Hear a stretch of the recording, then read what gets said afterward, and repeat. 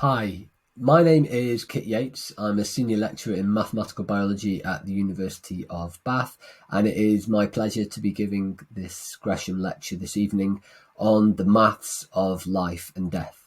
So I'm going to break the talk down into three main parts. First part is going to be looking at the places where mathematics has had an impact in the medical arena and places where a bit of a better knowledge of mathematics can really help us out. Secondly, I'm going to look at places where maths appears in the newspaper headlines or on TV or on the radio, so maths in the media.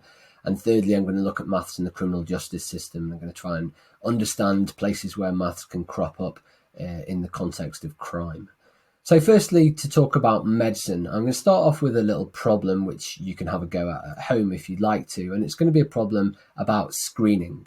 So I'm going to talk to you about screening programs in the United Kingdom specifically, and I'm going to talk specifically about breast cancer, although this is similar for other areas. So I'm going to give you some statistics. Here's one of them, which is about the probability that a woman over 50 who regularly gets invited to the screening program in the UK, so we invite women between 50 and about 72 or 73 for regular screens every 3 years, the prevalence of breast cancer is as low as 0.4%. So that means that of 1,000 women randomly selected in the population over the age of 50, 4 of them will have undiagnosed breast cancer.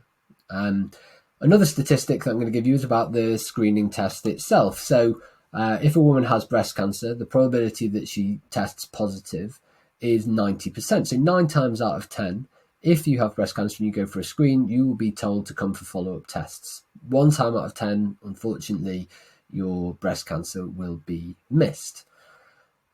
Another statistic is about the number of times that women who don't have breast cancer will get the correct result. So actually, a woman that doesn't have breast cancer goes for a screen. The probability that she incorrectly tests positive, so gets a false positive, is 10%. But again, 9 times out of 10, she will be correctly told that she doesn't have breast cancer. So here are 3 statistics about the background prevalence of the disease in the population, which is quite low, and the probability that if a woman has breast cancer that she tests positive, and if she doesn't, also the probability that she tests positive. And I'm going to ask you a question that was asked to a number of German doctors a few years ago, and this is the question, and we'll see if you can do any better than they did. So which of the following best characterizes the probability that a patient with a positive mammogram actually has breast cancer? So which of the following best characterizes the probability? So I'm going to give you some numbers, which will be, I'll put them down as percentages. They're going to characterize probabilities that a patient with a positive mammogram, so someone who gets sent a letter saying you need to come for further follow-up tests, actually has the disease. So I'm going to show you 5 numbers and you can choose between them. So is it A, 90%? Is it B, 81.0%? Is it C, 49.1%? Is it D, 3.5%? Or is it E, 0.4%? So just to recap, the probability that a woman over 50 has breast cancer, undiagnosed breast cancer in the UK, is about 0.4%. If a woman has breast cancer, she goes for a screen, then the probability that she tests positive is 90%. So 9 times out of 10, she gets the correct result. 1 time out of 10, that breast cancer is missed. If a woman doesn't have breast cancer, the probability that she incorrectly tests positive is 10%. So again, 9 times out of 10, she'll be correctly told she doesn't have breast cancer, and 1 time out of 10, she'll be given the incorrect false positive diagnosis.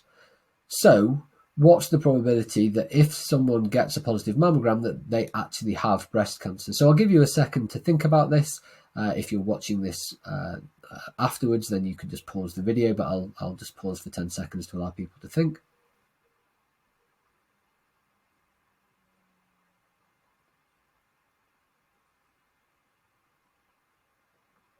Okay, so the correct answer, and I think this is a surprise to many people when they first see this problem, it was certainly a surprise to me when I hadn't thought about this rigorously mathematically, is D. It's just 3.5%.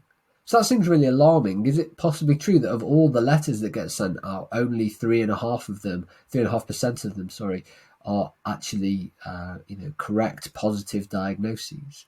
Where does this figure come from? Well, I'll tell you, before we go into the detailed maths, I'll tell you that of these German doctors, I think they were actually all gynecologists, fewer than 20% of them got the answer to this question right, which suggests that actually they would have been doing better purely guessing at random in this question. So it is a difficult problem, and if you got it wrong, there's absolutely no shame in that. I didn't give you much time to work it out mathematically, but let's think about how we can actually get a handle on this figure.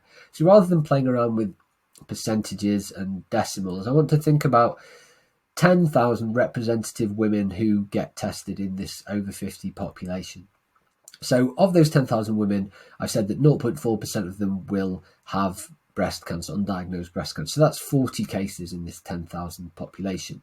The remainder, the vast majority, 99.6%, so that's 9,960 of these 10,000 women, so almost all of them, will not have breast cancer. But all of them still get asked to go for a screen. So they all get tested and they get a positive or negative result back.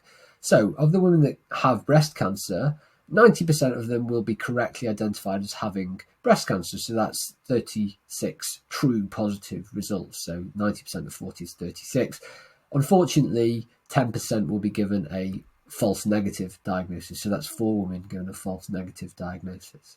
Of the women that don't have breast cancer, again, the vast majority will be correctly told they don't have breast cancer. So that's 90%, that's 8,964 true negative results. But because the size of this second population is so large, even a 10% false positive rate, 10% of 9,960 is 996. That's a huge number. That's nearly 1,000 false positives. And you can see that that massively outweighs the number of true positive diagnoses. So actually, the number of true positives is massively dwarfed by the number of false positives. So if I work out the number of true positives as a proportion of the total number of positives, the proportion of correct positives is just 36 divided by 36 plus 996, the total number of positive results, the total number of letters that get sent out saying, please come for follow-up investigation. And when you work that out, it turns out to be just 0.035 or 3.5%. So it can be incredibly low. So what's the problem with this? Well, there are a number of problems, and I have a book called The Maths of Life and Death, the same title as this talk. And in this book, I tell the story of Kaz Daniels, who's a mother of 3 from Northampton. Kaz Daniels gets invited for her first ever screen, and a few weeks later, she gets sent a letter on a Thursday afternoon saying, you need to come for further follow-up tests next Monday, so 3 days' time. And she thinks because of the urgency of the follow-up, and because it says, you've been invited to come for further tests, she assumes quite naturally that she has breast cancer, and she makes plans about what's going to happen to her kids when she dies. She doesn't eat properly over the weekend. She doesn't sleep properly. She suffers, severe psychological stress because of this letter. And actually, when she goes to the follow-up screen, the follow-up test on the Monday, it turns out that she didn't have breast cancer, which was always likely to be the case because we know that the vast majority of these positive letters or these requests for follow-up investigation are false positives. So I think it's important that people understand that there is a high rate of false positives when we have a disease which has a low prevalence in the population and we are screening lots of people for it. But that's not the only problem. So this is a quote from Muir Gray, who's the former director of the UK National Screening Programme. He said, all screening programmes do harm. Some do good as well. And of these, some do more good than harm at reasonable cost. But he says all screening programmes do harm. Well, what does he mean by this? Well, there is another problem that lots of small, potentially benign tumours will be picked up with these screens. Tumours which will be so small or slow growing that they would never cause a problem in that woman's lifetime. Nevertheless, when someone hears the word tumour or cancer, something goes off, some alarm goes off in their brain, and they think, I have to do everything that I can to avoid this existential threat. And so people often end up undergoing unnecessary surgery, which carries with it its own risks. So with radiotherapy, for example, there's an increased, for breast cancer, there's an increased risk of heart disease, for example. So they end up undergoing these dramatic, sometimes life-changing surgeries, sometimes full mastectomies, which can be incredibly psychologically difficult to deal with, as well as physically, undergoing general anaesthetic, which brings with it its own risks, when actually the tumour that was picked up by the screen maybe didn't have any potential to cause them damage over the course of their natural lifetime. And the other problem with all these false positives is that these follow-up tests are sometimes much more invasive than the screens. Screens, I gather, I've never been for one myself, but I gather they are particularly uncomfortable, but potentially follow-up tests involve things like biopsies, which are non-trivial operations to undergo, particularly for things which turn out to be false positives. So screening programs are not without their problems. Now, the other lesson that I want us to learn about screening programs is that we should start to expect these false positives. So what do I mean by that? Well, if you go for consecutive tests with a false positive rate of 10%, let's assume that you get false positives independently on each test. That may or may not be the case with mammograms. There may be a particular reason why you're flagged up as being a false positive or not. But let's assume that these tests are independent of each other each time you go. If each time there's a false positive rate of 10%, as there is with mammograms, how many tests you need to go to before it becomes more likely than not that you're going to have received a false positive test result? So we can work this out for a number of tests using a bit of fairly straightforward mathematics. So what I'm going to do is I'm going to say for each number of tests that you undergo, firstly, what's the probability of not receiving a false positive? Because that's actually easier to work out. And then what's the probability of receiving a false positive? So for one test, the probability of not receiving a false positive, well, that's just 0.9. Okay, so if the probability of receiving a false positive is 10% or 0.1, the probability of not receiving one is 0.9. So I'll write that in a slightly circuitous way as 0.9 to the power of 1, which is just 0.9. So the probability of a false positive is 10% or 0.1. That's just the false positive rate that we were given for a single test. So it seems a bit trivial for a single test, like I've gone a bit too far in trying to work this out, but it becomes more easy. It makes it easier when I'm thinking about more tests than one. So when I've gone for my second test, in order to have had no false positives so far on both of these tests, I need to have had no false positive on the first test. That happens with probability 0.9. And no false positive on the second test, and that happens independently with probability 0.9. So I have to multiply 0.9 by itself to find out the probability of no false positive being 0.81, and therefore the probability of there being a false positive, or at least one false positive in those two tests, being 1 minus that at 0.19. So that's after 2 tests. After 3 tests, then I need to have no false positive on the first, and on the second, and on the third. So that's 0.9 to the 3, which is 0.729. That's the probability of having no false positive. And so the probability of having at least one false positive during that time is 1 minus that, which is 0.271. So it's getting higher, you can see. And actually, I'm not going to go through all the calculations, but by the time you get to 7 consecutive tests, the probability of no false positives in any of those is 0.9 to the 7, which is 0.478, which is just below a half. So the probability of at least one false positive during that time is 0.522, which is just above a half. So after you've been for 7 independent screens or tests with a false positive rate of 10% in each one of them, independent of the others, the probability of receiving at least one false positive outweighs the probability of not receiving a false positive. In short, it becomes more likely for you to have received a false positive than for you not to have received a false positive. And so it's worth bearing this in mind, that if you go for enough screens, then you should start to expect these false positives. For women undergoing screening for breast cancer, for example, if you get invited for screening from the age of 50 every 3 years until you're 72 or 73, then you might expect to have 7 or maybe even 8 of these screens over the course of that time period. So you might expect to receive false positive results. So the take-home messages from this part of the talk are: take screening results with a pinch of salt. What I am absolutely not saying is don't go for screening. Please do continue to go for screening. Screening programs do catch cancers early, and it does mean that you can have much better treatment outcomes if you catch cancer early. But what I am saying is that you should, if you get a letter telling you need to come back for further tests, of course you should go for those further tests, but you shouldn't freak out about it. You should bear in mind that false positives are surprisingly likely in these screening tests where we have a low prevalence in the population, so a small number of people have this undiagnosed disease, and the tests that we're using for them lack what's called specificity. So they give a non-trivial rate of false positives. And this isn't just for breast cancer screens, this also goes for things like prostate cancer screens as well. So anywhere where the prevalence is low and we're using a test which lacks a little bit of specificity, it has some non-trivial rate of false positives, you need to take your initial screening result with a pinch of salt and go for follow-ups and get it checked out. And you should also start to expect these false positives as well.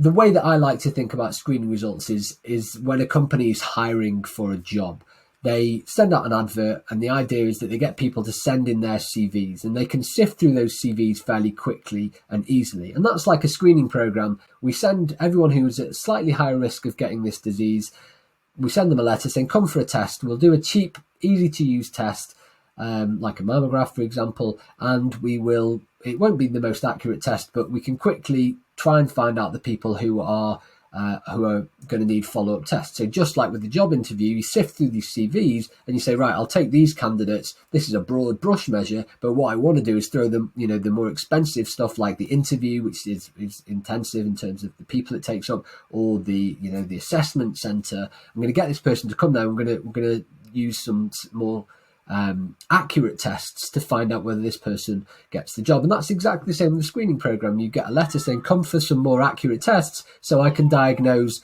whether you actually have this disease or not. And the whole point of that is, the whole point of the analogy rather is that just because you get asked for an interview for a job, you shouldn't assume you've got the job. In exactly the same way, just because you've been invited for follow-up tests from a screen, you shouldn't assume you have the disease that is being screened for. And that's how I would view the results of screening. And the other thing is to ask for a second opinion. So the example at the start shows you that the doctors who are often handling the statistics, who are handling our diagnoses, are not always the best equipped statistically to understand the mathematics underlying these diseases. And so I think asking for a second opinion, not just from a different doctor, but also asking for a second test. If you get a second test, even if it's no more accurate than the first test, that can dramatically reduce the rate of false positives. So 2 tests really can be better than 1. So I'm going to segue into this second part of the talk, which is about the places where maths can come up in the media, in newspaper headlines, in TV or on the radio. But I'm going to continue to talk about medical applications. So it seems that almost every day there's a newspaper headline or story that comes up about the impact of one of our lifestyle choices on something to do with our health. So it might be that we are eating too much of the wrong thing, or we're not eating enough of the right thing, or maybe we're sleeping too long, or we're drinking too much, or we're not drinking enough maybe. So there's lots of headlines about our lifestyle choices, and the reason they're often in the headlines is because people genuinely want to try to make the best lifestyle choices that they can in order to improve their health and to improve their well-being. And it's completely reasonable that people want to do that, but we need to be careful about the way these stories are presented to us. So I'm going to tell you a cautionary tale. So back in 2009, the World Cancer Research Fund published a paper, which was a review paper which looked at the results of over 100 other papers. It was a 500-page document, and it was reviewing lots of different studies into the impact of various lifestyle choices on the probability of getting a whole range of different types of cancers.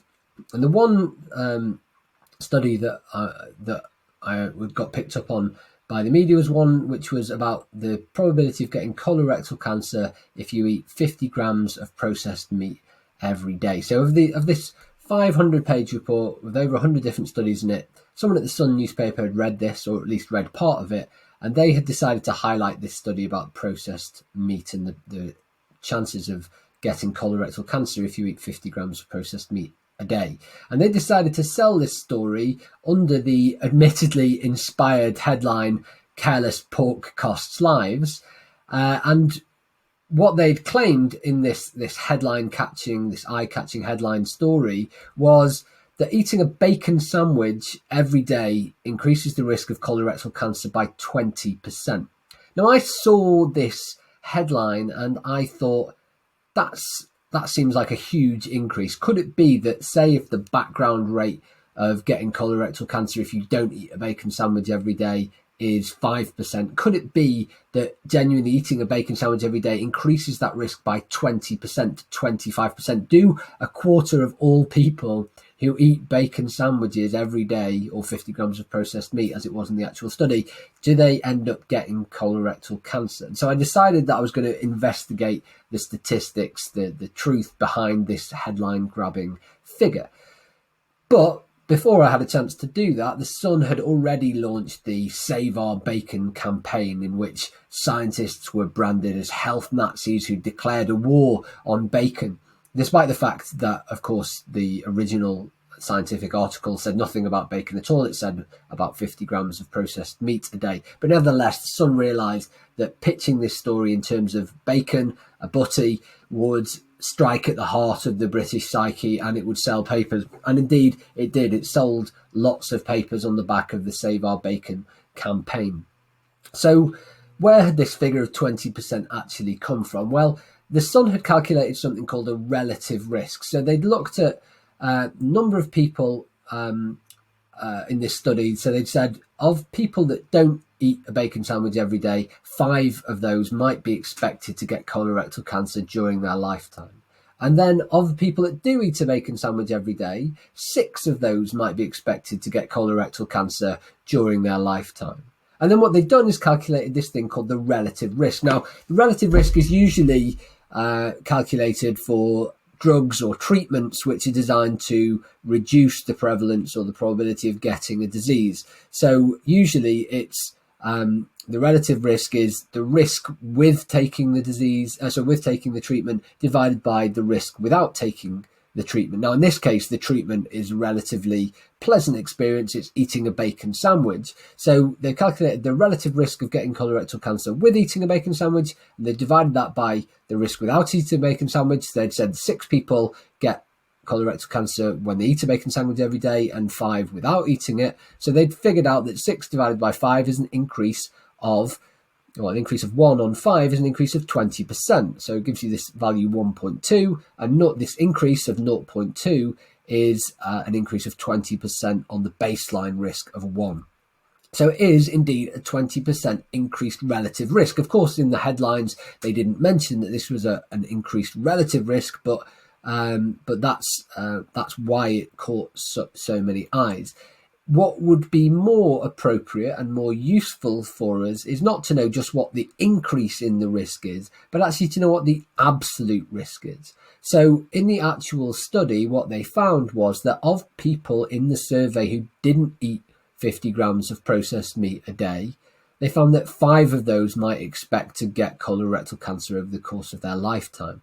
And when they studied people that did eat at least 50 grams of processed meat every day, what they found was that number increased dramatically to 6 people in 100, or 6%. So really not a big increase in absolute terms, an increase of 1% for people that eat 50 grams of processed meat every day in their chances of getting colorectal cancer over their whole lifetime.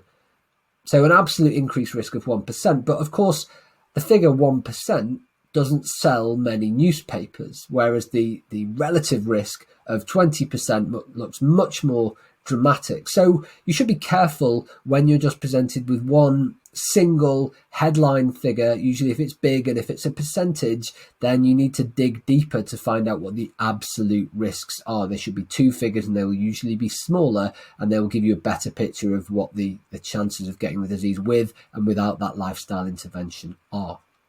So I'd love to tell you that this was a problem that was just restricted to newspapers and the media, people who perhaps are less scientifically literate, but that's not the case. In fact, you see this sort of problem in scientific literature. So even scientists make these sorts of mistakes, and you also see it in patient advice literature.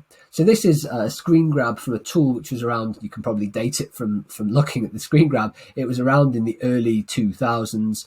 It was called the Breast Cancer Risk Assessment Tool, and it was developed by the National Cancer Institute in the United States. And it was a tool which was designed to give people who were who'd been diagnosed with breast cancer the information about the risks of various different treatments that were available to them, both the chances of improving their conditions under that treatment, but also the potential side effects. And there was one particular drug that was on there, which was called tamoxifen, quite a famous drug, quite well known, which is used for treating breast cancer. And this is the way that this tool chose to present the benefits of taking tamoxifen. So it said women taking tamoxifen had 49% fewer diagnoses of breast cancer. That sounds brilliant. 49% fewer. That's a huge number of fewer cases. It's almost half the number of cases, which is fantastic. But when they presented the side effects of taking tamoxifen, they did it like this. The annual rate of uterine cancer was 23 per 10,000 for women taking tamoxifen compared to 9.1 per 10,000 in the placebo arm. That's really difficult to pass, I think. I think it's really difficult to read the way that they'd written it. And also, they'd used what we saw before called the absolute risks. So they used these 23 per 10,000. That sounds like a small figure, as does 9.1 per 10,000. So maybe this increased risk in getting uterine cancer when taking tamoxifen, maybe that's trivial. Maybe, this small number of cases really doesn't make a big difference. At least that's what you're meant to believe when reading this. And this is called mismatched framing. So when you present the relative risk of the benefit or the thing you want to emphasize and the absolute risks for the thing you want to downplay, so the side effects in this place, that's called mismatched framing, and it can really make a big difference to the way people perceive their risk. So what would be fairer than using this mismatched framing idea would be perhaps to present both of these things using the absolute risks, and that would be more informative. So for uterine cancer, we've seen that for people taking tamoxifen, there were 23 per 10,000 women in this trial that was done on tamoxifen. And for the women who weren't taking tamoxifen in the trial, the rate was 9.1 per 10,000. So an increase for people taking tamoxifen of 14 cases of uterine cancer per 10,000.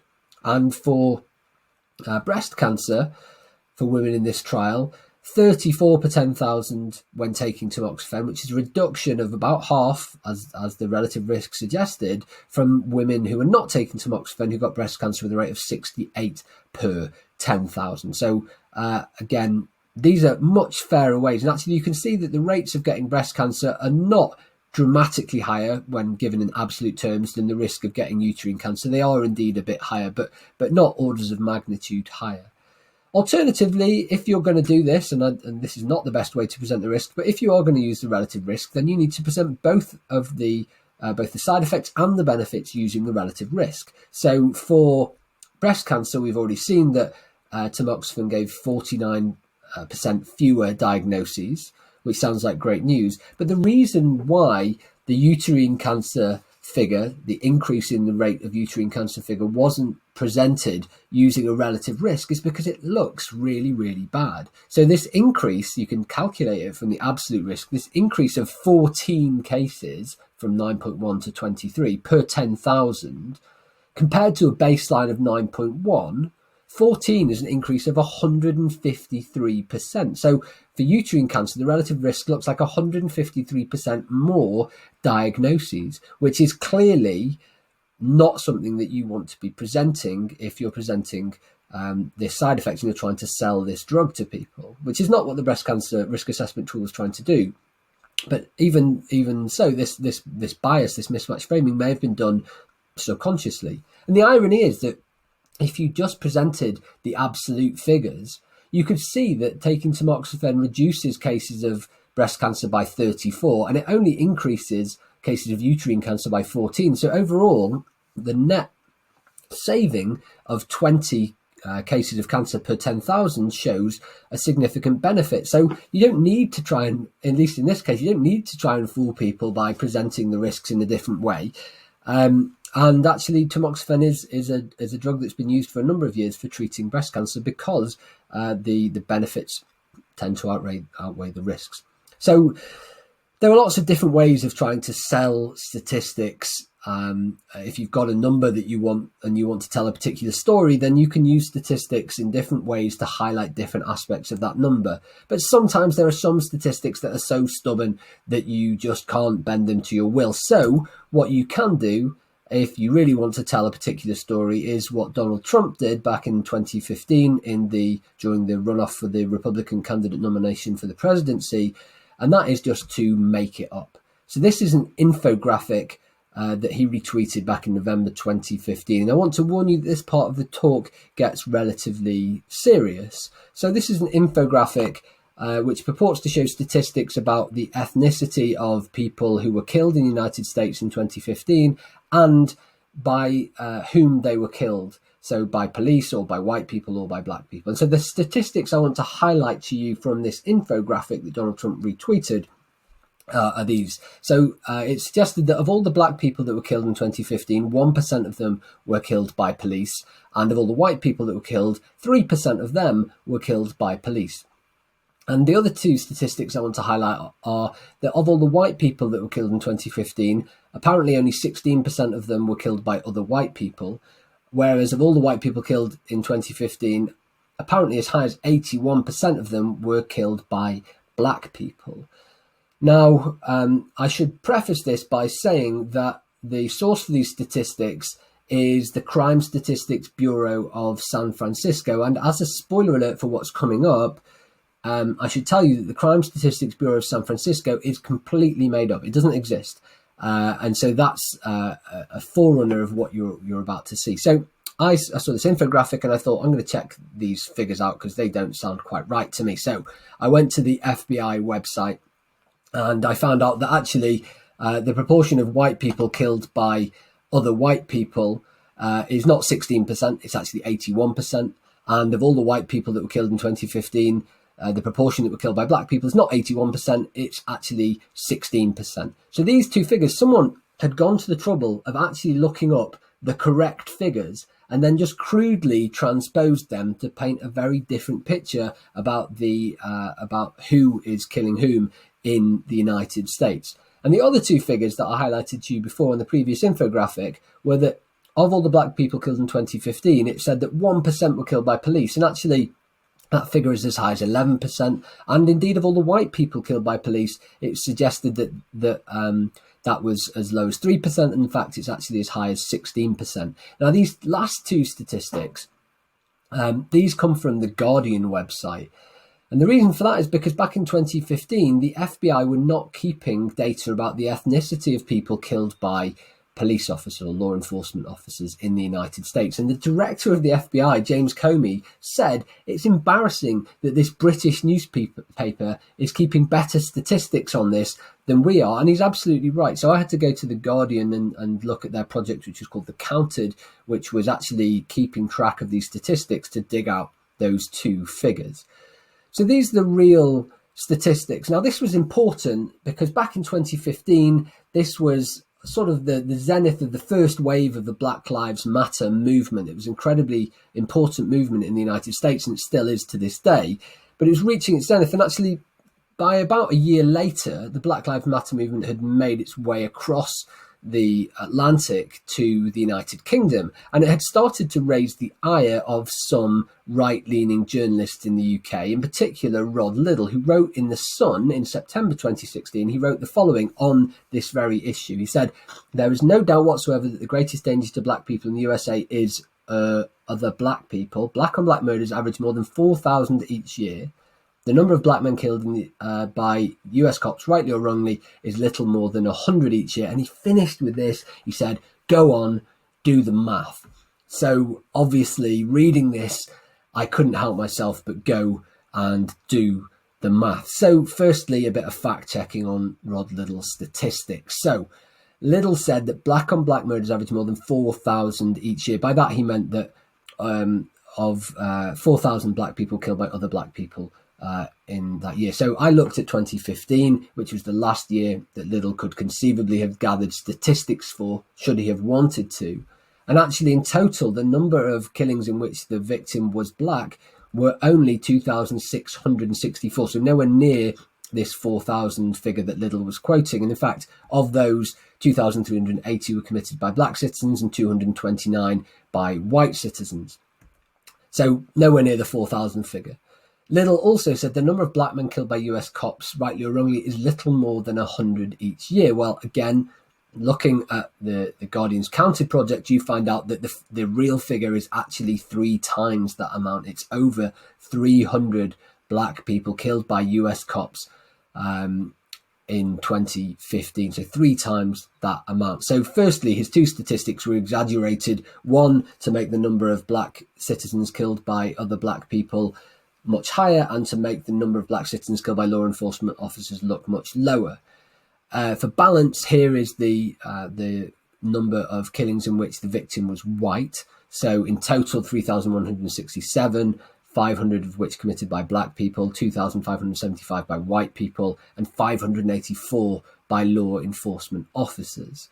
So of these statistics, and one thing that Liddell really didn't draw anyone's attention to, and which I think it's important to draw attention to, is that of the total number of black and white people that were killed in the United States, about 45% of them were black and about 55% of them were white, which is pretty crazy when you consider that black people account for maybe only about 12% of the population of the United States. So black people are being killed with a disproportionately high rate in the United States. But that is not the story that Rod Liddell wanted to tell, but that's part of the story that I want to tell you this evening.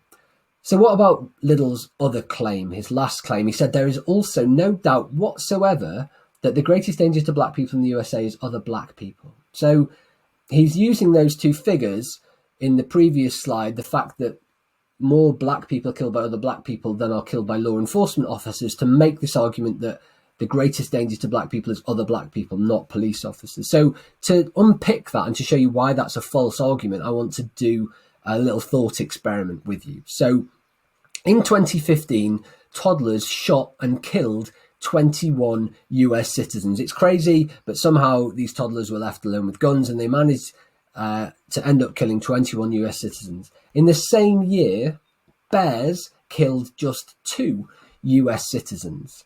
Okay, so toddlers killing far more people than bears. And then I'm going to ask you the question, who would you rather be left alone in a room with? Would it be a toddler or a bear? And I think the answer is quite clear for everyone. Of course, you'd rather be left alone in a room with a toddler. Toddlers don't kill more people in the United States because they're inherently more murderous or more dangerous than bears. It's because there are shed loads more toddlers in the United States than there are bears, and people come into contact with toddlers far more often than they do bears. And for exactly the same reason, black people don't kill more other black people in the United States because they're inherently more murderous. It's just that there are a lot more black people in the United States than there are police officers. And so what you really need to do is to account for the total size of those populations, the population of black citizens in the United States and the population of law enforcement officers in the United States. And then you need to divide the number of killings by the size of the population to calculate what's called the per capita rate of killing. And that helps to answer the question, if I'm a black person walking down a dark alley and someone is approaching me and I'm worried that they might kill me, who should I be more concerned about it being? Should I be more worried that it's another black person, or should I be more worried that it's a police officer? So let's figure that out. So in terms of the mathematics, the number of, we've seen these statistics already, of all the people in 2015 who were killed who were black, 2,380 were killed by other black citizens and 307 by law enforcement officers. Now, when you take into account the sizes of these 2 populations, there are over 40 million black people in the United States, and there are just 635,000 law enforcement officers. And so to calculate the per capita killing rate, you need to divide this number of killings by the size of the population doing the killing. Okay, so it turns out that for black people, the rate is just about 1 in 17,000, whereas for law enforcement officers, it's way, way higher. It's 1 in 2,000 almost. So much, much higher than the rate of killing by black people on other black people. So way, way higher for law enforcement officers, which really tells a very different story to the story that Rod Liddell was trying to tell us. Now, there are some caveats to this in that, of course, law enforcement officers are routinely armed. They're also often in the course of their work, going in to conflict situations where perhaps in the United States gunshots are more likely to be fired. So there are caveats for why this rate might be higher, but nevertheless, the per capita rate of killing for each member of this population is way higher for law enforcement officers than it is for other black people. So it gives the lie to this idea that black people should be more scared of other black people than they are of law enforcement officers in the United States. And it really changes the point of view that Rod Liddle was trying to put across. So the take-home messages from this part of the talk: firstly, when it comes to medicine, when it comes to reading newspapers, when it comes to listening to the radio and the TV, you need to look out for these relative risks. If you're just given a single figure, usually a percentage, and often if it's large, then you need to be aware that that might be a relative risk. If you really want to know a comparison between two different treatments or two different lifestyle choices, then you need to know what the risk is with doing that treatment and without, or what the risk with doing that lifestyle choices and without doing that lifestyle choice, if you want to make a fair comparison and understand the magnitude of the size of that risk.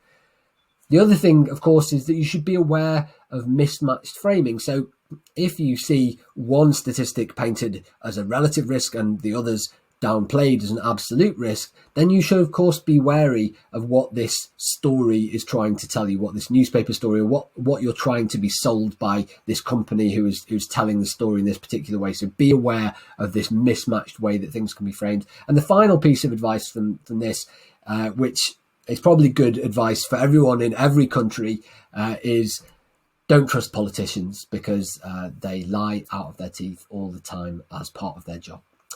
Okay, so less of a mathematical message, more of a philosophical message there. Okay, so in that last segment, I'd actually already segued into the mathematics of crime, looking at those killing statistics from the United States. And I'm going to continue on that theme, but I'm going to take a little mathematical diversion to build up some maths that I'm going to need to look at a particular problem that I'll present later in this section.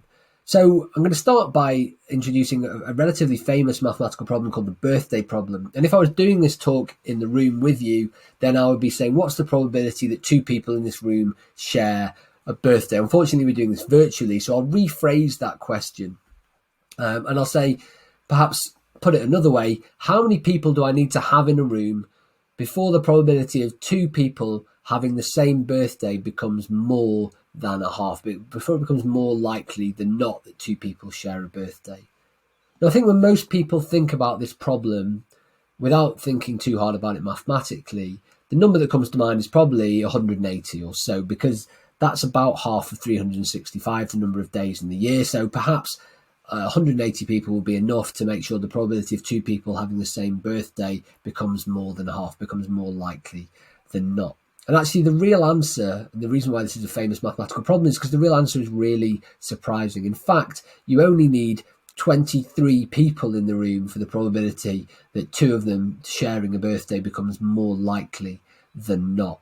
Now, that seems like a surprisingly low number. So where does that 23 number come from? Well, I'll try and introduce it to you in the following way. So really what's important when we're thinking about this birthday problem is not how many people there are in the room, but actually how many pairs of people there are in the room. Because we're talking about two people sharing a birthday, and that's something that pairs of people do together. So I want to work out a formula for how many pairs of people there are in the room when I've got a certain number of people in there. And I'm going to start by doing it with just 5 people, because I know that I can check that relatively easily. So I've got 5 people here, my maths reservoir dogs. I've got Mr. Green, Mr. Orange, Mr. Purple, Mr. Blue, and Mr. White.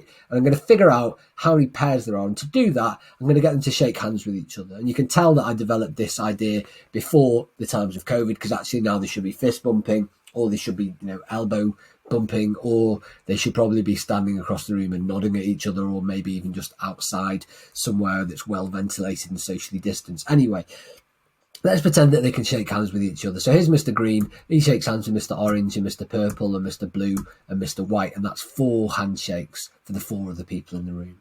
And then Mr. Orange steps up and he can shake hands with Mr. Purple and Mr. Blue and Mr. White. And that's 3 more handshakes added to the total.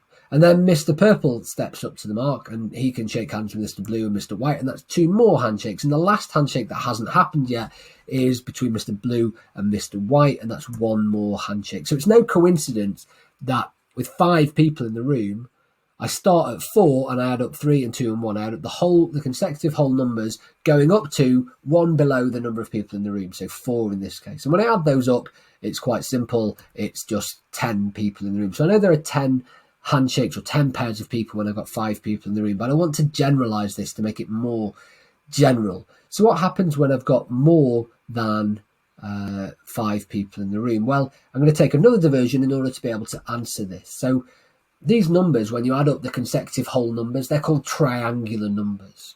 Why are they called triangular numbers? Well, let's see.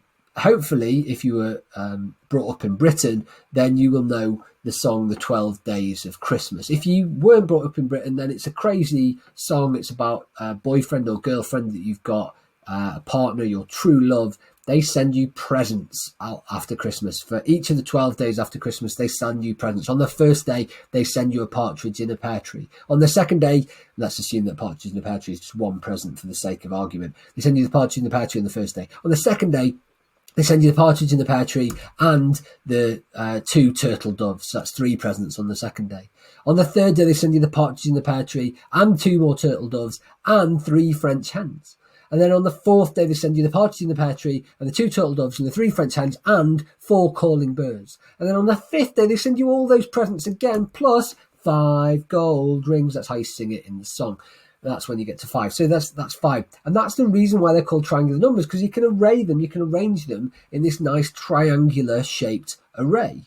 And people who are interested in snooker will be familiar with this, because when you make the triangle of reds, you make a nice triangular shape with it. And that's 1 red ball at the top, 2 in the next row, 3 in the next, 4, and then 5. Okay, so it's the same number as this. So the question I'm going to ask is, how many presents did my true love send to me on the 5th day of Christmas according to the song? So how am I going to calculate this? Well, let's start by rearranging these objects. So let's start by making them into a different sort of triangle, a right angle triangle. And then I'm going to bring on a whole second set of these objects to make another different shape, in this case a rectangle. So now I've got a rectangle of objects, which is going to be easy to calculate. So I just need to calculate or multiply the number of rows, 5, by the number of columns, 6.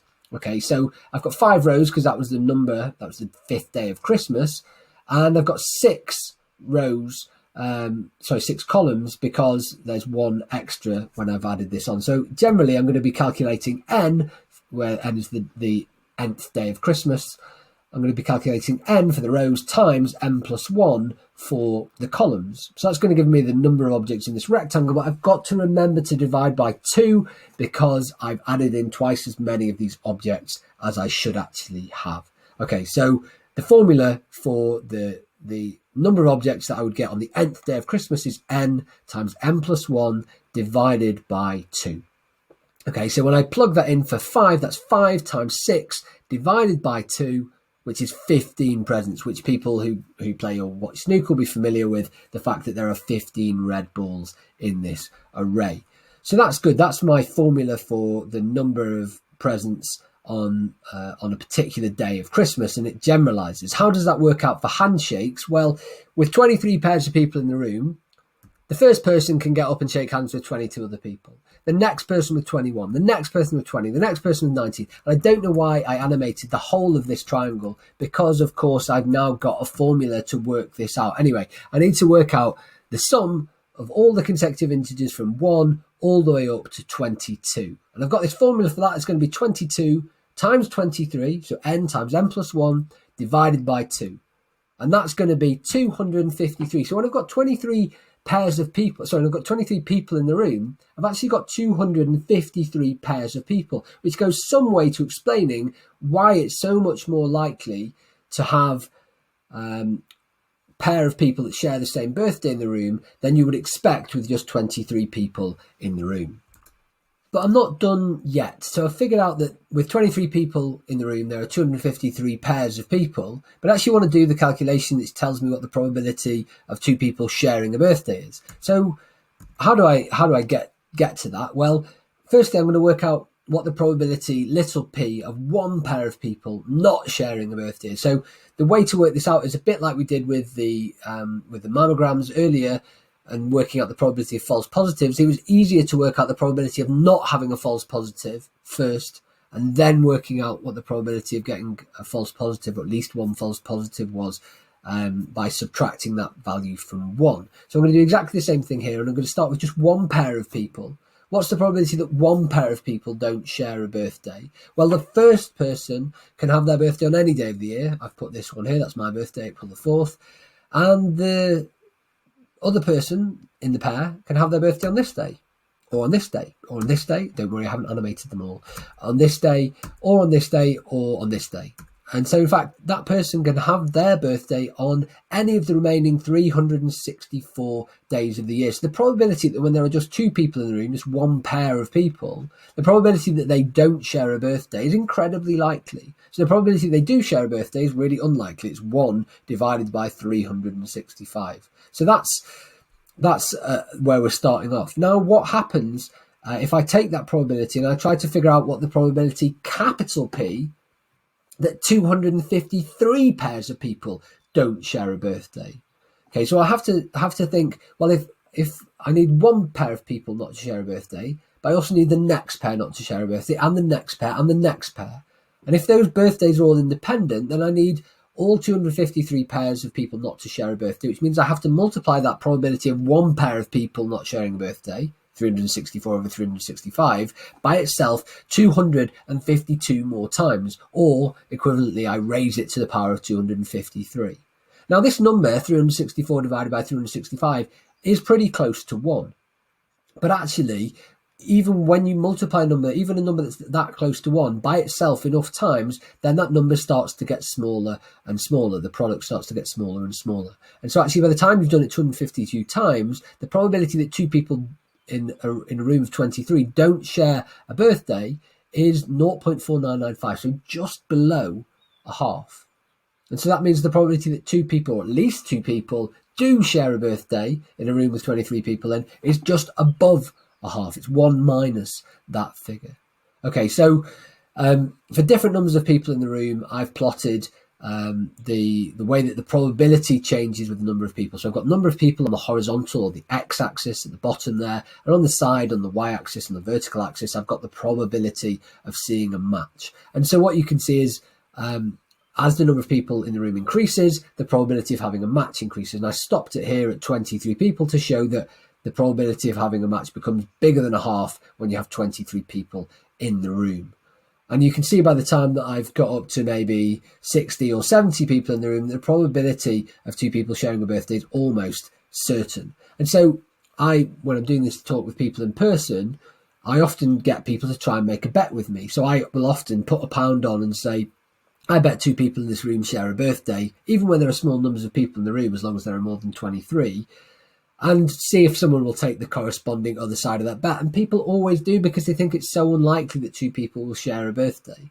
And in fact, even if there are people not willing to take me at 1-to-1 odds, as long as I've got enough people, maybe I've got 60 people in the room, I can offer odds of 10-to-1 and still expect to make money on that bet. So it's a surprising result, and I think it's something that people really find difficult to intuit. So I've done some theory with you, I've done a little bit of mathematics, but what about the actual real world application of this? Does it actually work in reality? Well, back in 2014, the World Cup was hosted in Brazil. And the great thing about the World Cup in 2014 was, apart from various of the games, the really great thing for a mathematician was that each of the squads had 23 players in it, this magical number where we would expect the probability of two people to share a birthday in that group of 23 to be more than likely. So more likely than not, but only just. Okay, so it's about a half. So this is the Brazil squad of 23 people, and lo and behold, you've got Hulk and Paulinho who share a birthday on the 25th of July. So it works in this case, but that's just one example that I could have cherry picked. There were 32 teams in the World Cup in Brazil in 2014. And the great thing is that if you're a mathematician and you are so inclined, then you can look up the birthdays of all the 32 times 23 people who played in that World Cup or who were part of squads in that World Cup, and you can figure out, of all those 32 teams, what proportion of them had two players, or at least two players, that shared a birthday. And if you chose to do that, as a mathematician might have done, then you find that exactly half of the squad, so 16 out of 32, have two players, or at least two players, that share a birthday. Now, that's what this probability would have predicted. That would be your best estimate of the number of teams. Of course, it doesn't always work out to be perfect, that it's going to be exactly a half of these teams. It is probability, it's random, so you'd get more or less on some occasions. But the fact it works out at 16 out of 32 is so beautiful, and it really demonstrates that this formula does indeed work in reality.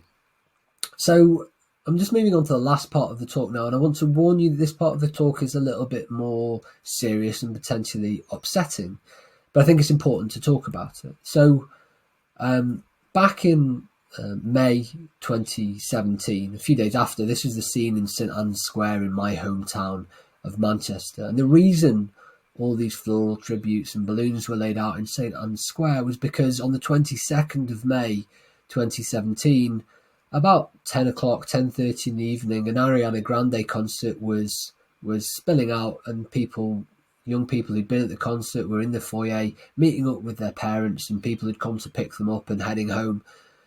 And at the same time, Salman Abedi walked in alone wearing a rucksack full of explosives and bolts and nails and screws, and he blew himself up, and he killed 22 innocent people that evening in Manchester, people who were young and in the prime of their life, and he took that away from them. And as I mentioned, my hometown was Manchester, and I'd been to concerts at this arena. It was called the MEN Arena at the time, Manchester Evening News Arena.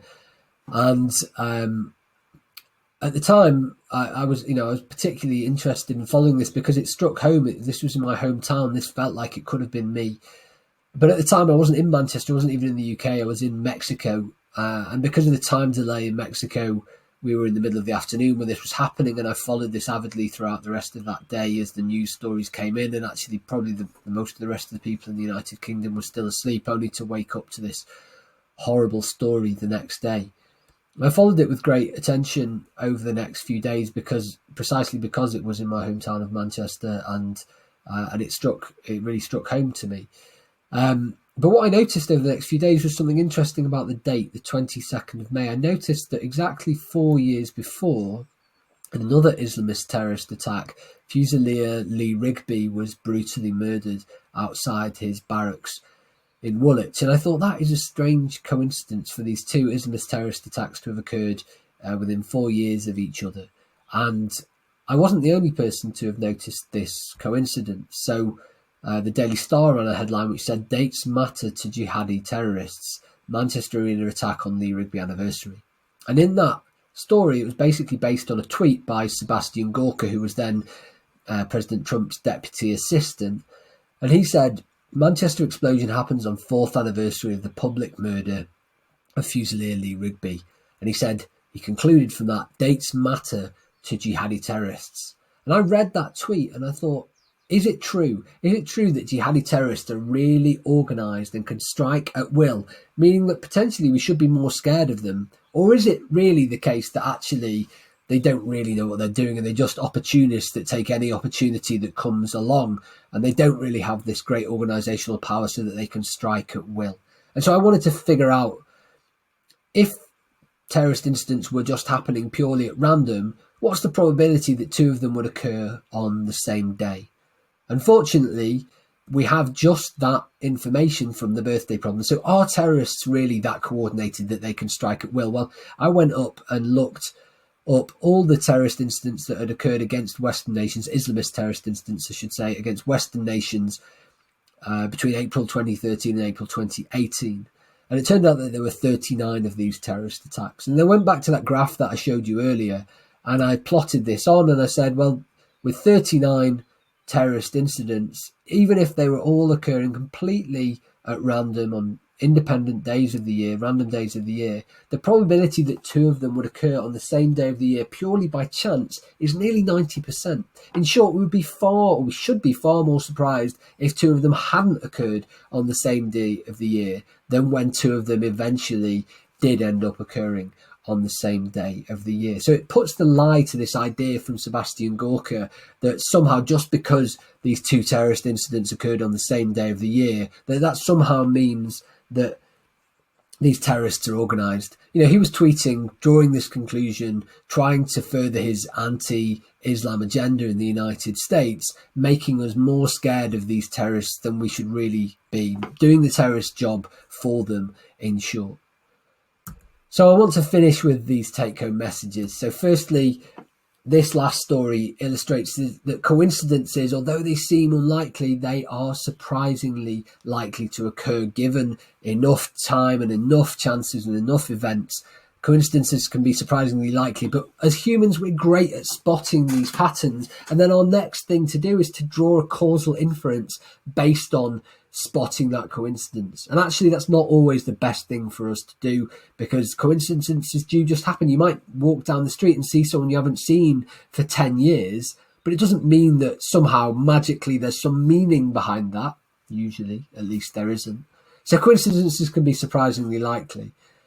Another message that I want to come across, not just from this part of the talk, but from the whole talk, is that we shouldn't be blinded by the illusion of certainty. The idea that people that wield the numbers are always in possession of the whole truth. So, it might be you that's convicted incorrectly by a doctor who is a medical expert, but not an expert in statistics, yet they came up with statistics which gets you convicted. This is a sort of story which comes up all the time in the Maths of Life and Death in my book. You might be given the wrong information by your doctor because despite the fact they're a fantastic practitioner, maybe they're not on top of the statistics. You might read something in the newspaper and change your lifestyle because of that thing you read, because of the increased risk you read about, but actually that risk was a relative risk and not an absolute risk, and actually the real danger was massively over amplified.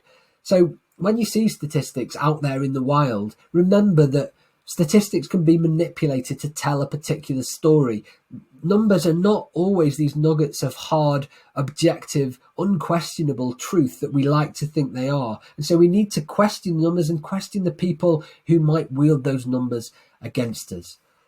And the last message from the talk, as I mentioned, I often use this talk to make a bet with people, to try and fleece money out of innocent attendees of this talk. So I would say, if a mathematician offers you a bet, don't take it. So beware of mathematicians bearing gifts. So that's where I'll finish. And I'll say thank you to you for listening. This has been an absolute pleasure to give this Gresham lecture, and I hope to see you again soon.